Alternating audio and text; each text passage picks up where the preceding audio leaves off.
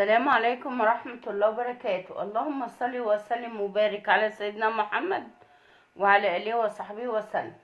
فطرنا النهاردة ملوخية خضراء ورز بشعرية ولوبيا وفراخ مسلوقة ومتحمرة في الفرن.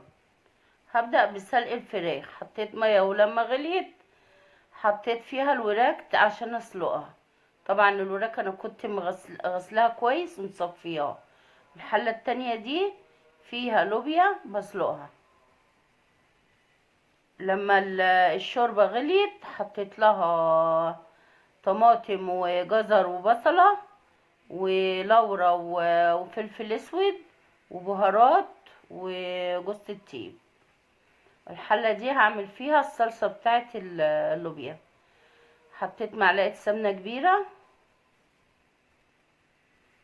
ولما ساحت وسخنت حطيت معلقة توم صغيرة مفروم، شوية كزبرة، مكعب مرقة. احمرهم مع بعض كده تشويحة كده مع بعض، واول ما يصفروا احط الصلصة. والصلصة دي انا كنت مفرزاها في البيت. اسيبها تاخد غلوة وبعد كده اروح حاطه اللوبيا. طبعا اللوبيا كانت استوت وطفيت عليها وصفيتها.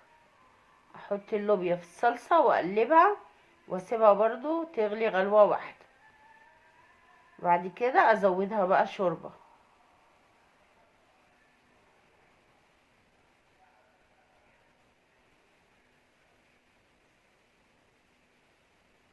اسيبها بقى كده تاخد لها غلوتين وتتصلص.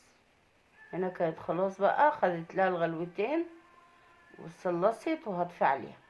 هعمل الرز. معلقة سمنة كبيرة وشوية زيت، ولما يسخنوا هحط كيس شعرية نص كيلو.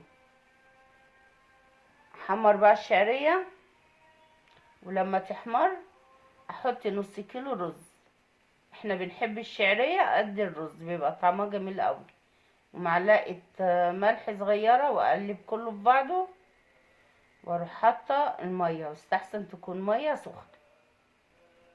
احط المية المناسبة للرز واسيبه بقى يتشرب ويستوي على النار. وهنا هعمل الملوخية. طبعا الملوخية انا كنت جايباها ومقرطفاها وغسلاها وخرطتها. حطيت شوربة، ولما غليت نزلت بيها بمضرب صغير او معلقة افك التكتلات اللي فيها.